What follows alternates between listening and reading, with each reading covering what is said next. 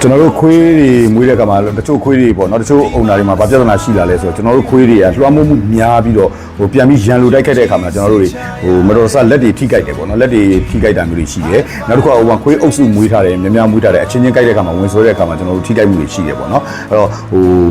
ဒီဟာတွေထိခိုက်မှုတွေကိုအကို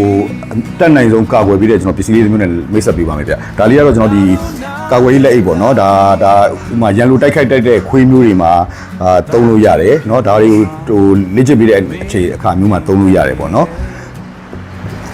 သုံးလို့ရတယ်နောက်တစ်ခါအချင်းချင်းကြိုက်တဲ့အခါမှာလည်းကျွန်တော်ဒါဟိုခွဲတဲ့အခါမှာလည်းဒီဟာလေးတက်ပြီးတော့ခွဲတဲ့အခါမှာပို့ပြီးတော့ဟိုထိရောက်မှုရှိတယ်ပေါ့နော်နောက်ဆုံးအဖြစ်တော့ aggressive ဖြစ်တဲ့ခွေးမျိုးတွေမှာဒါဟိုကာပါလုတ်ပြီးသုံးတဲ့အခါမှာတော့ပို့ပြီးထိထိရောက်ရှိပါတယ်ဗျသူကတော့တစုံပါပါတယ်ဗျနော်ဟိုသူ့ရဲ့ဈေးနှုန်းလေးကတော့ကျွန်တော်ဒီ